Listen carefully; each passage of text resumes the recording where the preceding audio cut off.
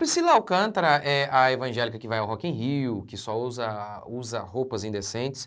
E o Kivitz é o pastor que disse que precisamos atualizar a Bíblia para justificar, assim, então, essas passagens polêmicas. Sabe, as passagens sobre o homossexualismo que declaram, obviamente, claramente que é pecaminoso, que isso é um comportamento pecaminoso?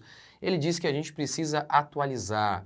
Ele também falou sobre um discurso uma vez, num discurso ele falou sobre o sêmen de Jesus, assim, para ser bem generoso, é no mínimo uma fala desastrosa.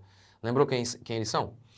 Tá ok, essa galera faz uma profanação dessa e se defende nos chamando de fariseus, de religiosos. E aqui religiosos tem aquela conotação ruim. Eles são os homens que entenderam a essência do evangelho. Nós, que achamos um absurdo uma mulher cantando uma música de um drag queen na igreja.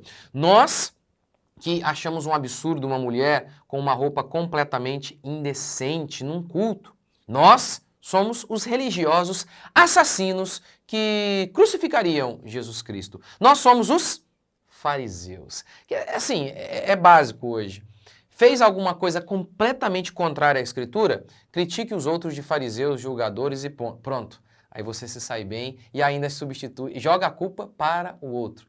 Então, gente, pelo amor de Deus, né? Se eu não estiver enganado, me ajudem aqui.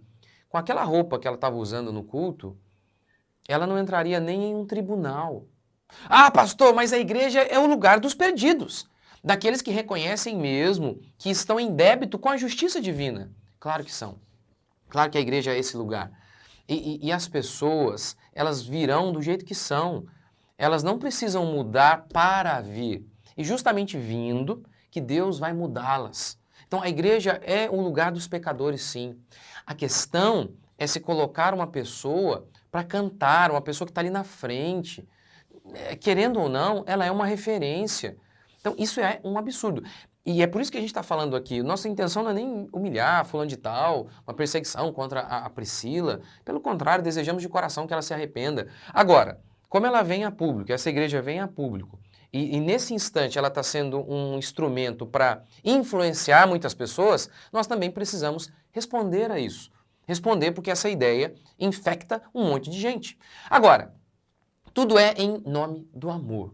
É em nome do amor que eles se vestem indecentemente. É em nome do amor que eles aprovam o que a Bíblia claramente condena.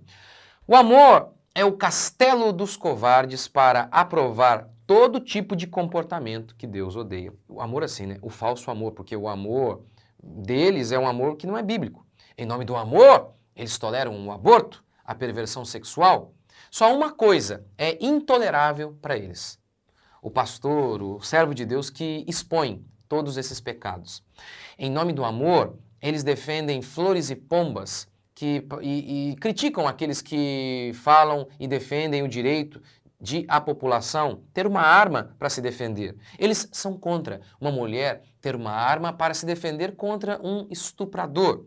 Eles que, em nome do amor, defendem que a mulher aceite o seu jugo e seja estuprada. Eles que são contra a violência estão dispostos a matar em praça pública o pastor que expõe esses absurdos. A Bíblia deles só tem um versículo: não julgueis. A Bíblia deles só tem uma história, mal contada ainda, a história do dia em que Jesus perdoou a adúltera. Mas eles não contam a história completa, só falam de Jesus perdoando-a, não contam o final da história. Vá e não peques mais. Jesus tirando a base da bicuda os profanadores do templo. E essa parte eles atualizaram. Não há mais profanação do templo. Afinal, Deus habita em nós, sagrados somos apenas nós, o que de fato concordamos, mas com isso sai a ideia de profanação. Não tem mais profanação. A ideia de zelo para com aquilo que é sagrado. E aqui, sagrado para mim não é o prédio, mas o culto em si é sagrado.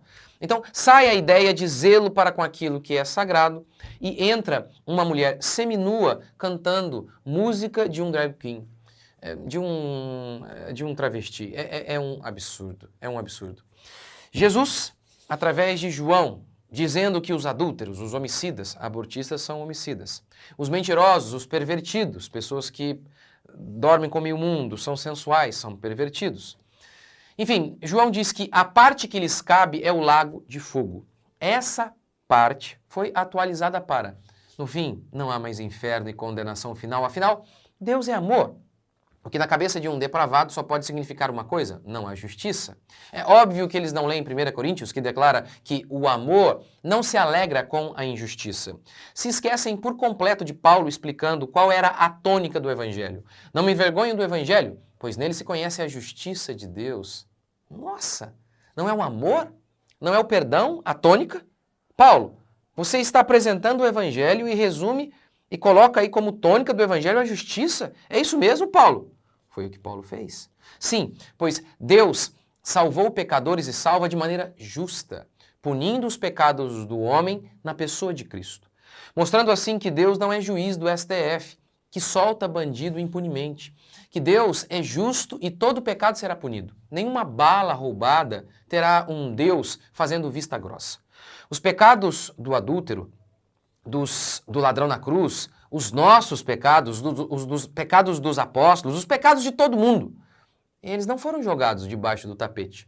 Deus não fingiu que esses pecados, eles existiram. Ah, não, vamos fingir aqui que não, você não fez isso. Não, eles foram punidos em Cristo Jesus, que levou sobre si os nossos pecados, o pecado de seu povo, para redimir o seu povo. E então, para que o seu povo pudesse viver em novidade de vida, não mais adulterando. Ou é legal, porque é isso. O amor, eles defendem o amor, mas a Bíblia declara que amar é não pecar, amar é não adulterar. Está defendendo isso, o adultério. Está defendendo que andemos em sensualidade e assim sejamos pedra de tropeço na vida do outro. Que amor é esse? Pois se o Evangelho entrou em você e não te mudou, o que você ouviu não é Evangelho. Os pecados daqueles que não creram e não se arrependeram, os pecados daqueles que não foram punidos em Cristo Jesus, os pecados daqueles, porque os nossos pecados, os pecados daqueles que creem, foram punidos em Cristo Jesus. Mas aqueles que não creram em Cristo Jesus terão seus pecados punidos neles mesmos, porque, como disse Jesus, quem não crê em mim já está condenado. Por isso Paulo afirmou que se alguém se diz irmão, mas vive em pecado, que nós não devemos nem mesmo comer com ele. Pois esse indivíduo não se converteu, mas esse não é nem o maior problema, porque há um monte de gente aí no mundo que não se converteu. O problema é ser falso. Esse é o maior problema. É terrível isso. É alguém que se diz cristão, mas tem um comportamento de ímpio. Jesus abomina isso. Abomina mesmo. Os fariseus eram isso. Eles diziam que eram crentes, mas não eram. Então, a salvação não é um carimbo na testa. Salvo. Salvação é o Espírito Santo de Deus vindo sobre nós, nos regenerando, nos mudando por completo, transformando-nos de porcos em ovelhas. E ovelhas não gostam de ficar sem lã. Ovelhas não saem por aí expondo seus corpos e sendo pedra de tropeço, sendo uma espécie de tentador na vida de outros irmãos.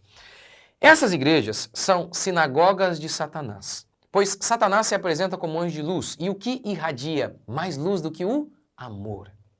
Eles defendem todas as suas atrocidades em nome do amor, da misericórdia.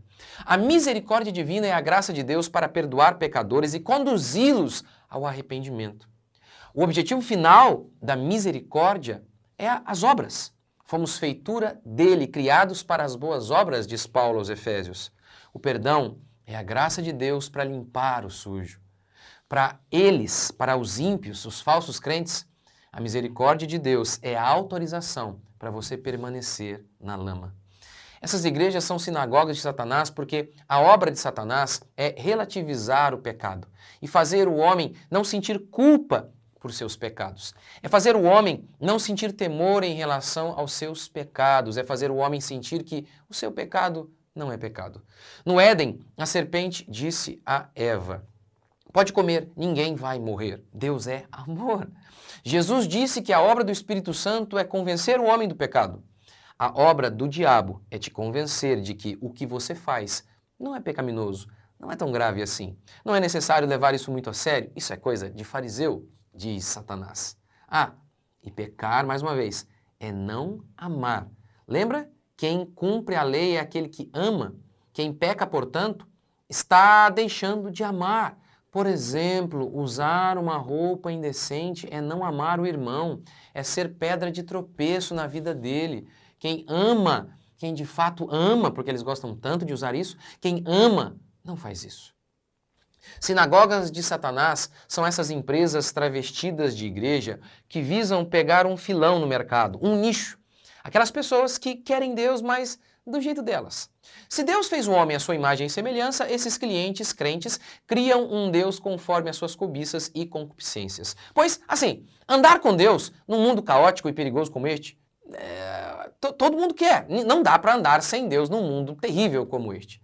O problema é que o Deus da Bíblia, eles não engolem. Então, eles inventam um Jesus ao seu gosto. Criam, não com gesso ou madeira, mas com mentira e vaidade, um Jesus que nunca critica os nossos pecados, que é conosco, nos conferindo propósito, esperança e passando a mão na nossa cabeça, mesmo quando insistimos em ficar na lama. E eu não estou aqui pensando naquela pessoa que reconhece suas falhas e está ali lutando, às vezes cai na lama, se levanta e tenta de novo. Não, não, não, não. Eu estou falando dessa pessoa que está na lama, ela nada na lama e diz, não tem nenhum problema aqui. Não há nenhum problema. Não estou falando da pessoa que está lutando contra seus pecados. Eu tenho certeza que Jesus é misericordioso em relação a esse, em relação a mim, em relação a qualquer um que reconhece seus pecados e pede ajuda. O problema aqui é que eles não estão pedindo ajuda não para mudar suas vestimentas, a sua fala. Não, não, não, tá tudo certo. É assim mesmo, eu quero Jesus e quero continuar aqui na lama e aqui é o meu lugar. Sim, esse Jesus não nos perdoa e nos arranca da lama. Esse Jesus criado por eles fica conosco na lama e nos incentiva. A gente fica ali de boinha, sem sentir culpa por nossos pecados. Portanto, tome cuidado com o seu pastor. Alguns indícios de que sua igreja pode estar se tornando uma sinagoga de Satanás. Seu pastor prega apenas sobre consolo? Só prega sobre o amor? Ele fala de graça e nada de arrependimento? Então tome cuidado, pois amanhã sua igreja pode se tornar um boteco em que uma cantora sensual será chamada para entreter homens que estão embriagados com seus próprios pecados.